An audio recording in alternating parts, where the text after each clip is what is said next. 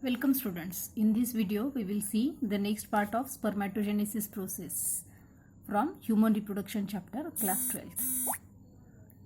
Previous video we have seen about the spermatogenesis process, all the process, multiplication phase, growth phase, maturation phase, okay, and spermiogenesis also.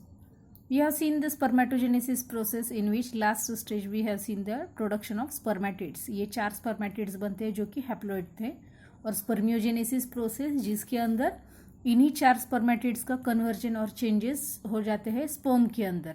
सो जो spermatids round shape के हैं, circular shape के, non motile है, they are converting into sperms which are having tail part, motile, and they are having the changed structure also. So what are the changes takes place in this spermiogenesis? Okay, so we will see that. First thing, condensation of nucleus is taking place. Condensation of nucleus means nucleus going to condense by losing its mRNA and acidic proteins. जो भी acidic proteins है और mRNA वो condensate मतलब loose होते हैं वहाँ से, और बाकी बचा क्या फिर? So only remains nucleus. In that nucleus, that is DNA and basic proteins. Okay, तो ये this is the first change in the spermiogenesis process. जब ये changes होते रहते हैं, spermatids converting into the sperms, so condensation of nucleus होता है. Second part क्या होता है उसके अंदर? second change, that shape of nucleus also changes. Okay, so how it is changes? that nucleus become pointed anteriorly, means सामने वाला जो part होता है वो pointed हो जाता है थोड़ा सा. It will become little oval shape and flat also in case of human sperms. Okay, so this pointed at anterior side, little bit oval and flat in shape in case of human beings. Okay, this is second change. In case of Golgi bodies also there are some changes, that Golgi bodies are also converting or breaking down into two parts. First part is acrosome, second part is Golgi arrest. What is acrosomes? That acrosome is the part in which it is producing or secreting the one enzyme that is called as sperm lysine. This sperm lysine is much more important, that it will play later the role. Okay, when it means it will help to degenerate the layers around the egg cells. Okay, तो ये जो egg cell के side में जो layers होते हैं उनको हटा के डिजेनरेट करके वहाँ पर पेनेट्रेट होने के लिए एग के साथ this sperm lysin is helping.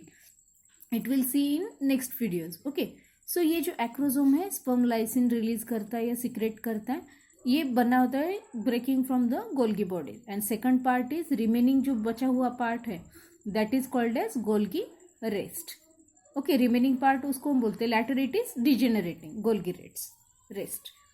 Next changes we will see that this means this complete structure, ये जो कंप्लीट स्पर्मियोजेनेसिस का स्ट्रक्चर है, स्पर्म बन रहा है, that will get covered with the plasma membrane. Okay, PM means plasma membrane.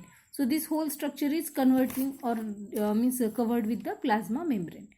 Next stage we will see that next change is that cytoplasm जो भी होता है उसके अंदर, that will only remain in the tail region, means that cytoplasm is little bit present in that. Okay, तो हम जब भी बोलते हैं कि in the sperm only the genetic material is carrying और playing important role for the fertilization process, and cytoplasm is not doing much more role. Okay, तो यहाँ पर क्या है, जो साइटोप्लाज्मिक कंटेंट है वो लॉस्ट होता है, तो यहाँ पर सिर्फ जो भी बचा है वो टेल रीजन में रहता है, तो सेंटर में सिर्फ जेनेटिक मटेरियल रहेगा. Next thing about that, mitochondria. Mitochondria also changing into the spiral और स्प्रिंग लाइक स्ट्रक्चर. तो ये जो स्प्रिंग लाइक स्ट्रक्चर होता है उसको हम बोलते हैं नेबर कण. ओके, इसका जो स्ट्रक्चर है वो जब हम स्पर्म का स्ट्रक्चर देखेंगे प्रॉपरली तब समझ में आएगा आपको कि माइटोकॉन्ड्रिया कैसे चेंजेस होता है. And one another thing about that is centrioles also. Centrioles are coming to lie in particular area, जो कि नेक रीजन होता है, वहाँ पर भी सेंट्रियल्स हम देखते हैं. एक स्टार्टिंग में सेंट्रियल, 2 टाइप के सेंट्रियल्स वहाँ पर भी प्रेजेंट होते हैं. ओके, सो ये सब कुछ चेंजेस होते हैं स्पर्मियोजेनेसिस के अंदर. तो साथ में इसी के साथ में और एक छोटे सा चेंज और छोटी सी टर्मिनोलॉजी है, that is called as spermiation. Okay, उसको हम अगर बोलेंगे that is called as spermiation. Spermiation means क्या होता है? It is the release of matured sperms from Sertoli cells. अब तक हमने देखा है कि ये जो स्पर्म्स है ये बने हैं, तो अब ये जो सेल्स थे स्टार्टिंग में क्या थी, these are released from the germ cells, germinal epithelium.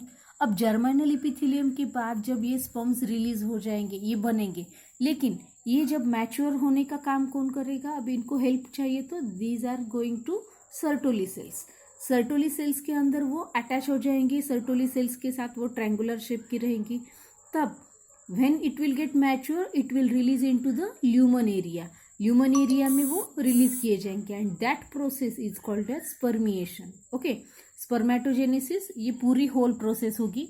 Spermiogenesis means spermatids का कन्वर्जन स्पर्म के अंदर होगा, और स्पर्मिएशन मतलब क्या हो रहा है, spermiation means the release of matured sperms from Sertoli sales. Okay, ये तीनों भी टर्म्स याद रखना है। स्पर्मेटोजेनेसिस इंपॉर्टेंट है पार्ट, थ्योरी के लिए भी और एमसीक्यू के लिए भी। Okay, so thank you.